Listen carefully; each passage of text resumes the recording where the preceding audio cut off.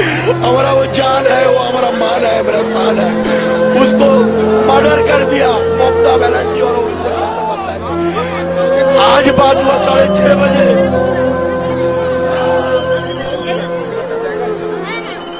हमारा दोस्त है, हमारा जिगरी दोस्त है, हमारा वो जान है, वो हमारा मान है, मेरा शान है।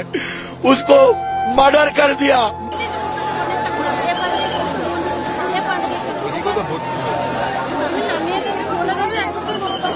তৃণমূলের যে ওইখানে শুভেন্দু বাবু মমতাকে হারিয়েছে, যার জন্য আমার মনে হয় প্রতিষ্ঠিত। বৃহস্পতিবার সন্ধ্যায় পূর্ব মেদিনীপুরের চণ্ডীপুরের বাড়িতে পৌঁছল চন্দ্রনাথ রথের দেহ। আজকেই তার শেষকৃত্য সম্পূর্ণ করা হবে বলে জানা গিয়েছে। দেহ পৌঁছতেই কান্নায় ভেঙে পড়েন আত্মীয় পরিজনেরা, পাড়া প্রতিবেশীরা ছুটে আসেন। ছিলেন জেলা থেকে জয়ী বিজেপি প্রার্থীরা, ছিলেন নেতাকর্মীরাও। চন্দ্রনাথের বাড়ির অদূরেই তার দেহ শায়িত রাখা হয়। তাকে শেষবার দেখতে যান শুভেন্দু অধিকারীর দাদা ও ভাই। তারা কান্নায় ভেঙে পড়েন।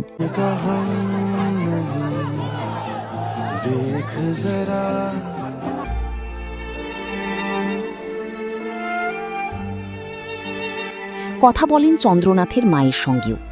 চন্দ্রনাথের বাড়ির সামনে জমায়েত ভিড় থেকে দোষীদের শাস্তির দাবিতে স্লোগান ওঠে।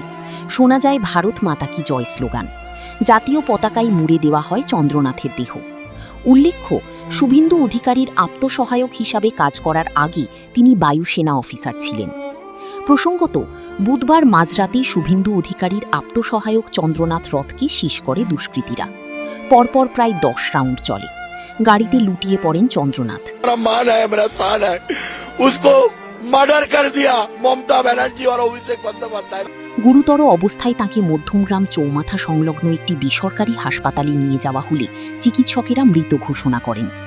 হাড়হীন করা এই ঘটনার 24 ঘণ্টা কেটে গেলেও এখনও অধরা অভিযুক্তরা। পুলিশের তরফে সিট গঠন করে তদন্ত শুরু হয়েছে। ইতিমধ্যেই ফরেনসিক টিম নমুনা সংগ্রহ করেছে। 3 জনকে আটক করে জিজ্ঞাসাবাদ করা হচ্ছে। প্রাথমিক তদন্তে পুলিশের অনুমান, চন্দ্রনাথের গাড়িকে অনুসরণ করেই হামলা চালায় দুষ্কৃতীরা। অপরাধের ধরন দেখি দীর্ঘদিন রিকির পর এটি একটি পরিকল্পিত ঘটনা বলেই মনে করছেন তদন্তকারীরা। মাত্র 50 সেকেন্ডের এই অপারেশন ভিনরাজ্যের পেশাদার শার্পশুটার দিয়ে ঘটানো হয়ে থাকতে পারে বলেও অনুমান। ঘটনার সঙ্গে স্থানীয় দুষ্কৃতী যোগের সম্ভাবনাও খতিয়ে দেখছে পুলিশ। কারণ ঘটনার পরপরই বিভিন্ন জায়গায় তল্লাশি চালিয়েও অভিযুক্তদের খোঁজ মেলেনি। তদন্তকারীদের অনুমান, অলিগুলি দিয়েই দুষ্কৃতীরা পালিয়েছে। এলাকায় পরিচিত কেউ জড়িত না থাকলে তা সম্ভব নয় বলেই মনে করা হচ্ছে। তবে কেন, তা নিয়ে এখনও ধন্দে পুলিশ। চন্দ্রনাথ শুভেন্দুর ব্যক্তিগত সহকারী ছিলেন।